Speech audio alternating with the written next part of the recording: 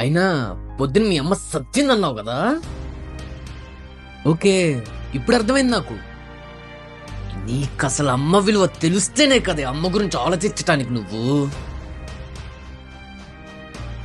ఏముంది, ఇలాంటి పనులు ఆవిడ బాగాలేనప్పుడు చేసుంటావు పట్టించుకోకుండా. చచ్చిపోయి ఉంటది. ఏం బతికేనిది, నీ ముఖం చూడాలన్నా కూడా కంపరంగా ఉంది.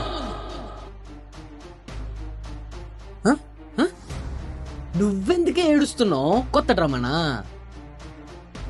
ఓహో, ఈ కోపంలో నువ్వు ఇల్లు వదిలేసి వెళ్ళిపోతే వచ్చే మంత్ రెంట్ మొత్తం వీడే కట్టుకోవాలనా ఈ డ్రామాలు? అసలే నువ్వు పిసినారు దానివి కదా, ఆకలిస్తున్నా పట్టించుకొని దేవతవి. మళ్ళీ చెప్తున్నా, మా అమ్మకు గానీ ఏమన్నా సీరియస్ అయితే చెప్తా, అప్పుడు చెప్తా నీ పని.